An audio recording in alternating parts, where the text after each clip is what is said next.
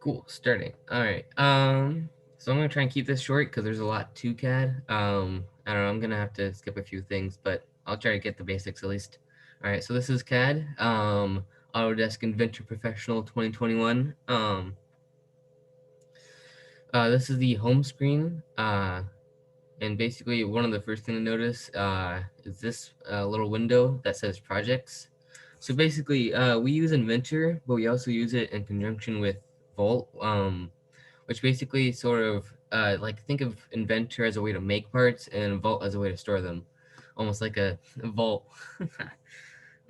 um, but basically, so everyone in the CAD team at least has an account in Vault. I'm currently not logged in, but basically, everyone has an account in the CAD team, and so it allows for editing and collaboration on the same part. Well, not maybe not the same part, but maybe like the same assembly. Um, so if there's one assembly, I edit one part, another person edits another part. We can both check in and update in the entire assembly, which is super helpful for efficiency and also, if someone's not there one day, you can pick up their work, assuming they checked it in. And check in just means like I don't know, put it back in the vault. I mean, if you have something checked out, no one but you can edit it. So you have to make sure to check it back in if you want other people to edit it. Um, but for Inventor, yeah, we just get to select the project that we want, which sort of has like the libraries. Library is an actual term in Vault, which I don't know, but to simplify it, of these you can consider these libraries with which different parts in them, which have different parts in them. Yeah, the one I'm currently using is Vault, and that's sort of the robotics standard one. And of course, there's others that can be imported from different places. But for the CAD basics, here I can just go to a new part here, or you could just click this button if you want a new part. Basically, here's the first window for any part. Now there's origin planes. I don't know, I guess I'll explain that first. I don't know, these aren't too helpful for parts because you currently haven't constrained it to anything. But if you were constrained to things, then you would probably want to use these planes. But I don't know. Basically, there's like a set of planes and axes for every single part. You have your YZ, XZ, and XY. Then your X, Y, and Z. And these are just things. Well, they're more helpful for assemblies and constraining, but uh, for example, if you want to start a part, all you have to do is go up here to start 2D sketch,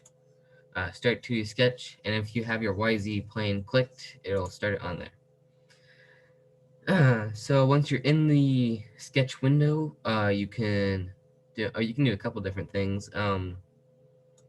You could do a rectangle using the rectangle command, which is just 2 points, and the little numbers you can, I don't know, define what you want. Like if you want a 1, and then you press tab to switch between them by one rectangle, you could do that. You can also change these by, let's say I wanted to, click it, I could do 1.5, or I could delete this constraint, and then this one will turn purple as a signature not constrained, in which case I can press this dimension, click these two sides, and then put the dimension back. So yeah, it's pretty cool. Next one we have arc. Arc goes between 2 points, and then you define the height. And this is of course using the radius from the. Well, I think. Yeah, it makes them concentric. Yeah, it's just from the center point of the 2 points that you clicked. You can define the radius. Next we have a circle. Now, I mean, I don't know what part I'm making. I'm sort of just demonstrating, but yeah, circle is helpful. There's also in commands of this, you can make a tangent circle. So like, let's say I wanted an inscribed circle inside of my, I don't know, rectangle. I could do that. Well, that's not fully inscribed, but if this was a 1.5 by 1.5, it would be. See, like that, it's inscribed now. And then there's also lines, which are helpful. You can make basically any of these shapes. You can also do arcs if you want. Like if I define this line, and then I click on this point, I can do an arc with a line. Um, I don't know. So you can either use the preset shapes, or you can just basically draw everything with a line if you really wanted to. But yeah, those are the basic tools.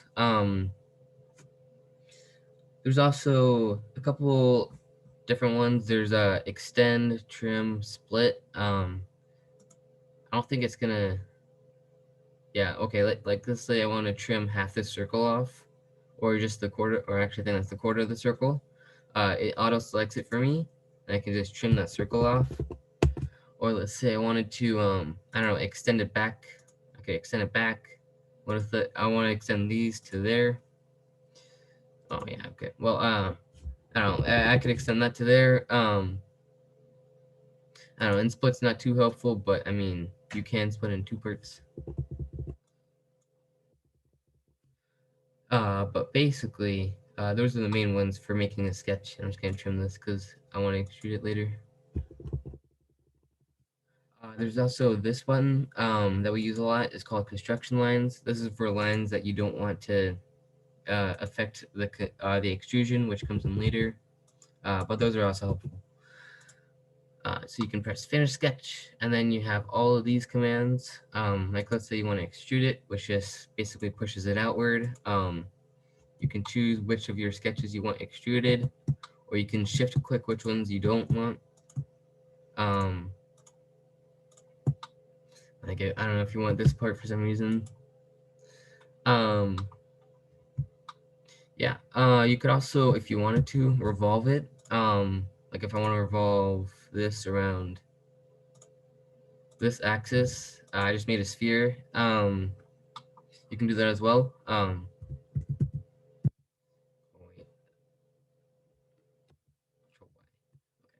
um, yeah. Oh, one last thing before I go. There's the where is it? Yeah. You have fillets and chamfers.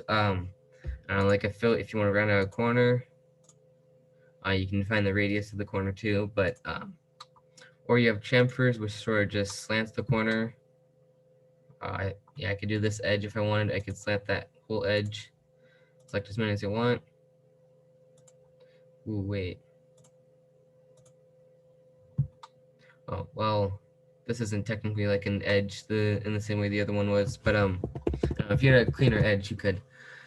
Uh, and then also you have let's see, what else do you have? Sweep's a good one. Let's see, if you like, you can also do wiring with CAD if you want, but I don't know, it's kind of difficult. Like if you define a circle, then define the line it follows. You could sweep it to make a wire. We use that sometimes. Uh, also, this one's actually a new one that I haven't used for the past couple of years, but this is the plastic part category. This is mainly for plastic parts, but you can define like snap fits, like in a plastic part. If you like that clicking noise is the I don't know, it's hard to describe, but like like the how plastic parts generally have like the large head and then like the little notch, so that when you lock it in, it doesn't come out. Yeah, you can define those with plastic parts and grills too for heating. And then we have the surfaces. This is sort of for, I don't know, this is like advanced CAD. This is when you don't want to define actual material. Like this here is like a physical part with a thickness and the dimension. I can need to define what type of material it is. If I click here, like I don't know, what did I click? Expanded metal O2. Um, like for example, like that's an actual part. But for these, this is like this is like a, I don't know, sort of like a sketch within a sketch. Like this is like a surface that you can then make a part out of. But this is like advanced CAD that we don't use too often, but we have used it. You can also do frame generator and stuff with these kind of surfaces, but no, that's super complicated. Now, final one I think I want to cover is this menu. Now, patterns are pretty cool. I don't think I have anything to currently make a pattern out of. Let's see. Let's make a sketch. Let's make a circle. Oh, that's too big. Let's say I want to make a pattern out of that. I just click rectangular. I click this, and then I click a direction. Or direction. I need to find a line first. One sec. I'm gonna use a construction command like I mentioned before. Rectangular, circle, the line as a direction. And then I can make a pattern of however many of these I want. Like, let's say I want 50 of these, but I want them 0.25 apart. I could do that. I know it's a lot of circles though. Let's say I just wanted 4 though. I could click finish sketch. I can extrude those circles. Reverse the direction to cut it, or just click cut. I could go through all. I could go to a distance. I could also extrude them outward, like if I wanted extra material. Although you can't do that all because that would be infinite material. Yeah. Those are the basics. That's pretty much the basics of CAD. Of course, there's like several other commands that you could do, but I think for now that's pretty much the absolute basics for CAD, at least what we use on a day-to-day basis.